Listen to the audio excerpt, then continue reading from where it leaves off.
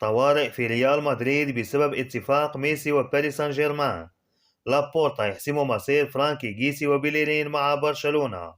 إنيستا وبيكي يفاجئان ميسي في الأرجنتين. تصريح لابورتا عن ميسي ينهي الجدل. طوارئ في ريال مدريد بسبب اتفاق ميسي وباريس سان جيرمان.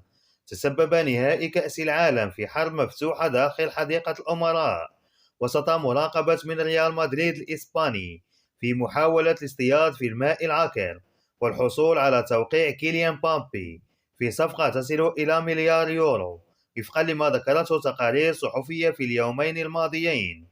ريال مدريد لم ينسى التعاقد مع مبابي رغم الصفعة التي تلقاها منه في الفترة الماضية، ومع توتر علاقته بليونيل ميسي واتفاق الأرجنتيني مع إدارة نادي باريس سان جيرمان الفرنسي على تجديد العقد والاستمرار حتى يونيو 2024 مع إمكانية تمديد لموسم آخر.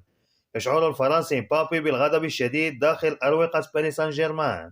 وذكرت شبكة ديفينسا سنترال الإسبانية اليوم الخميس أن اتفاق ميسي مع باريس سان جيرمان جعل ريال مدريد في حالة طوارئ، حيث يتابع التطورات عن كثب لكي ينقض على توقيع مبابي الذي غضب بشدة من عدم دفاع ميسي عنه بعدما سخر منه زميله ومواطنه إيميليانو مارتينيز بحمل دمية عليها صورته خلال الاحتفال مع الشعب الأرجنتيني في بيونس آيرس. وهدد مبابي إدارة باريس سان جيرمان برسالة واضحة: إما أنا أو ميسي في الفريق. ويبدو أن باريس سان جيرمان اختار بالفعل وجدد لميسي، ما يجعل ريال مدريد يعيد فتح ملف مبابي من جديد بعد الفترة الصعبة التي عاشها بسببه في صيف 2022. لابورتا يحسم مصير فرانكي جيسي وبيليرين مع برشلونة. كشف خوان لابورتا رئيس نادي برشلونة الإسباني عن مصير الإيفواري فرانكي جيسي والإسباني هيكتور بيليرين مع الفريق بعد الأخبار التي أشارت إلى اقتراب رحيلهما عن برشلونة. وتعاقد برشلونة مع الدولي الإيفواري فرانكي جيسي نجم ميلان مجانا في صفقة انتقال حر عقب انتهاء عقده مع روسينيري، بينما تعاقد برشلونة مع لاعبه السابق هيكتور بيليرين في صفقة مجانية أيضا بعد انتهاء عقده مع أرسنال الإنجليزي. ولكن لم يحظى الثنائي فرانكي جيسي وهيكتور بيليرين على فرصة لعب بشكل أساسي منذ بداية الموسم حتى الآن. وأشارت بعض التقارير الصحفية الإسبانية إلى اقتراب رحيل ثنائي عن صفوف برشلونة لتخفيض سقف رواتب اللاعبين، خاصة بعد الخروج المبكر من دوري أبطال أوروبا.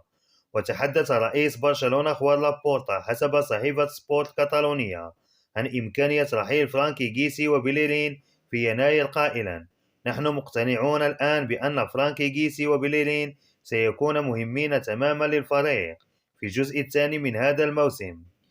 إنيستا وبيكي يفاجئان ميسي في الأرجنتين. حسب تقرير قناة تي إن تي، فإن ثنائي برشلونة السابق إنيستا وبيكي قرر السفر إلى مدينة روزاريو مسقط رأس ليونيل ميسي أسطورة الأرجنتين في عطلة نهاية السنة من أجل الاحتفال معه بكأس العالم.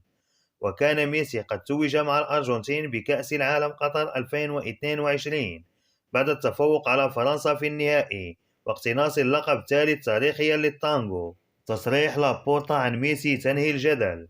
قام الإعلامي جوزيف بالتعليق على ما أدلى به الرئيس خوان لابورتا من تصريحات حول الأسطورة ليونيل ميسي واحتمالية عودته إلى برشلونة.